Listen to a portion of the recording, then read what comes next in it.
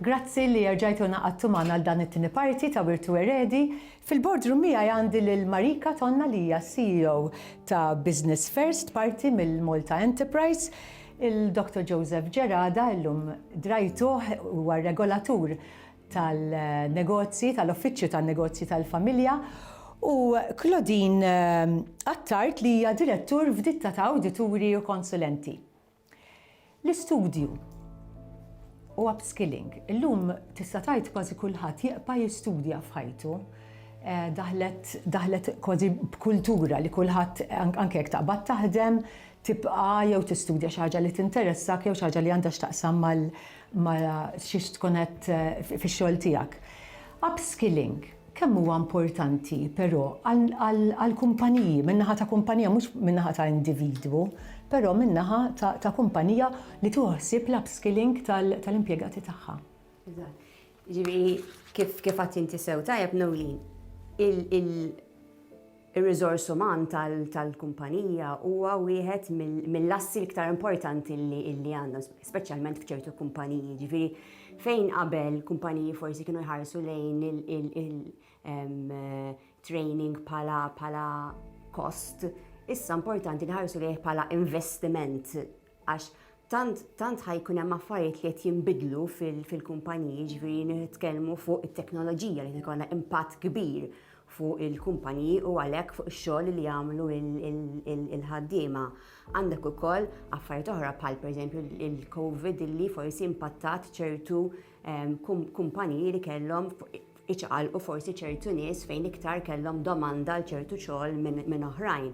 Għandek affarijiet oħra bħal pereżempju illi qed naħdmu għal iktar snin, allura inti matul dan iż-żmien kollu fejn għandek ħafna tibdil li qed isir fil-kumpaniji, hemm bżonn illi nżommu dejjem il-ħaddiema tagħna up to date bil-skills tagħhom. Meta nitkellmu fuq upskilling, ġifieri nitkellmu fuq digital skills bħala li ovvjament huwa importanti biex ikun jistgħu jużaw it-teknoloġija, però mhux hekk biss, ġifieri jekk ħajkun hemm ċertu xogħol li issa flok ħajamluh il-ħaddiema ħajsir bit-teknoloġija, allura issa il-ħaddiema ħajkollhom bżonn iktar jużaw ċertu li nsemmulhom social emotional skills, ġifieri iktar creative thinking, problem solving. Ġifieri għalhekk anka ġifieri apparti digital skills importanti wkoll li jkun hemm upskilling f'dawn l-areas ukoll. Għax inti ħajkollok ċertu xogħol li ħajkollna aktar domanda għalih. Però mbagħad ċertu xogħol ieħor li ħajkun hemm inqas domanda. On balance, ġifieri il-riċerka li hemm hija li ħajkun hemm l-istess bżonn ta' jobs, però ħajkunu differenti. U dan mhux ħajkun xi ħaġa faċli li ssir, ġifieri inti biex xi ħadd illi forsi li 10 snin, 15-il sena jagħmel l-istess xogħol li f'daqqa waħda tgħidlu issa trid tbiddel it-tip ta' xogħol li inti tagħmel, mhux ħaġa faċli. U dan huwa jiġifieri mhux biss għall-impjegati innifishom illi ovvjament ħajkollhom bżonn anka coaching biex huma jagħmlu din il-bidla, però anke min-naħa tal-kumpaniji illi ħajjejnu lill-ħaddiema tagħhom fuq dan il-vjaġġ li huma għandhom bżonn jagħmlu tal-upskilling. Fil-fatt waħda mill-problemi biex inkompli ma' dak li qed tgħid Claudine mhijiex li inti tikkonvinċi lilek innifsek biss illi hemm bżonn tkompli titgħallem imma wkoll issib il-ħin. U ħafna min-negozji tal-familja naħseb dik hija l-ikbar ostaklu tagħhom il-ħin. Li inti tajt isma' jiena ħanħalli parti mill-ħin tal-ġurnata tiegħi biex niddedika ruħi ħalli nkompli nitgħallem u nikber. U għalhekk ngħidu li huwa importanti illi ndaħlu l-ġenerazzjoni li jmiss fin-negozju tal-familja. Għax awtomatikament hemmhekk qed iddaħħal skills ġodda wkoll. Però l-importanza tal-upskilling ma tiċkienx billi qed indaħlu l-ġenerazzjoni l-ġdida, anzi pjuttost ngħid illi l-ġenerazzjoni li forsi kienet hemmhekk qabel trid timmodernizza lilha nfisha biex tkun adatta għal dak li qed jiġrilhom il-ġurnata u dan nistgħu nagħmluh b'modi diversi, m'hemmx għalfejn tmur ġo skola, m'hemmx għalfejn tmur tagħmel kors, bis-saħħa tal-online illum hemm ħafna mezzi kif inti tista' tkompli titgħallem u tkompli tikber.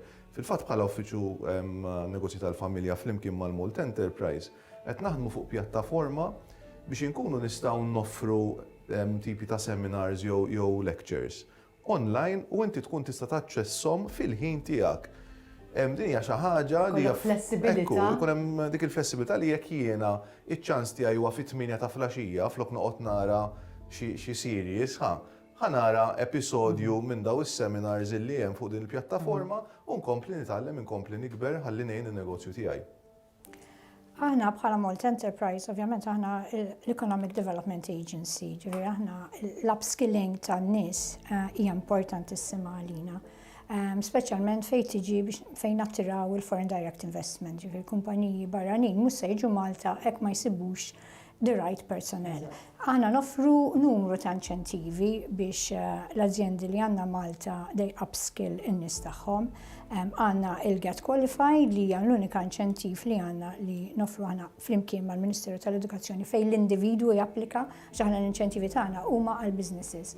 Però għandna inċentiva fejn l-individwu li ħajkompli l-istudja li ħajjagħmel masters, PhD, diploma fejn aħna nagħtu tax credit. Jiġifieri wara li jgradwa jibda jaħdem Malta jħallas it-taxxa u jieħu dik it-taxxa lura. Biex hekk inkunu qegħdin inħallsu parti mill-kors, għax il-korsijiet ovvjament mhumiex irħas. Għax aħna nifhmu li hekk l-azjendi mhux se jsibu n-nies adattati ma jistgħux iżidu l-valur. They cannot add value, they cannot grow, and obviously they cannot innovate. Għandna wkoll skema li hija speċifikament għal businesses li għaw Malta for upskilling fejn aħna ngħinu pil-Skills Development Scheme u din hija skema li puxjajna ħafna waqt il-pandemija. Aħna kontaktjajna ħafna fabriki, ħafna azjendi li ma setawx forsi jkomplu x-xogħol remotely. Fil-manifattura diffiċli li tagħmel remote working. Allura dak kien iż-żmien adattat biex daw l-nies jitrenjawhom. Fej forsi qabel ma kellhom xin kif qal ġew għax day to day għaddejjin bil-produzzjoni, dak kien iż-żmien adattat u ħafna minnhom fil-fatt hekk għamlu użaw iż-żmien tal-pandemija fej forsi ma kinux qed jipproduċu biex they upskilled their people. Issa aħna l-iskemi anka napprezzaw l-on-the-job training. Ġifieri mhux biss aħna ngħinu fejn jitlu skemi li inti tibgħat in-nies tiegħek courses jew biex jagħmlu diploma, ma jista' jkun li inti ġib xi ħadd minn barra minn Malta biex jitrejnihom jew kellha xi ħadd li ġiġi għandek fil-fabbrika tiegħek stess biex jagħti n-knowledge tiegħu lil ħadd ieħor. Marika, bħala Malta Enterprise, kif tassiguraw li l-istudenti li qed jiggradwaw huma preparati għad-domanda tax-xogħol li jkun hemm kurrenti?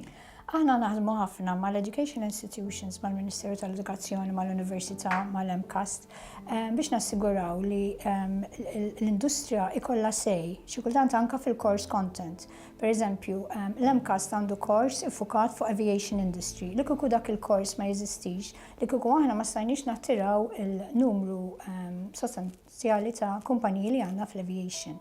Aħna l-bord tagħna both tal-Malta Enterprise u anke tal-Business First huwa magħmul l-iktar mis-settur privat. Allura aħna għandna feedback kontinwu mis-settur privat x'hemm bżonn hemm barra. Ovvjament mhix faċli għax inti student jibda jażel is-suġġetti tiegħu ta' 12 sakemm jiggradwa ħajgħaddu a number of years u ovvjament id-dinja titbiddel, speċjalment illum id-dinja fejn jidħol pereżempju l-IT u d-digitalization tant qiegħda titbiddel li mhix faċli li da l-istudenti jkunu preparati għad-dinja tax-xogħol illum. Però nagħmlu minn kollox biex kemm jista' jkun inresqu l-industrija mal-education institutions. Grazzi ta' dik l-informazzjoni. Nisperaw li jinstigajna interess iktar għall-upskilling u iktar studju. Ħajkonna nagħlqu hawnhekk. Jiena nirringrazzja lil kru tiegħi lil Josef Azzopardi bħala direzzjoni viżiva, lil David Azzopardi produzzjoni u loġistika u lilkom li segwejtuna. Nixtieqilkom saħħa, kuntentizza. Narakom il-ġimgħa d-dieħla. Grazzi lill-sponsors personali tiegħi. Stefanias, Bata, Screen Hacker, Teoxan, Newme, O'Hare Opticians, Irtok Marlene Vassallo, Plan H Healthy Eats.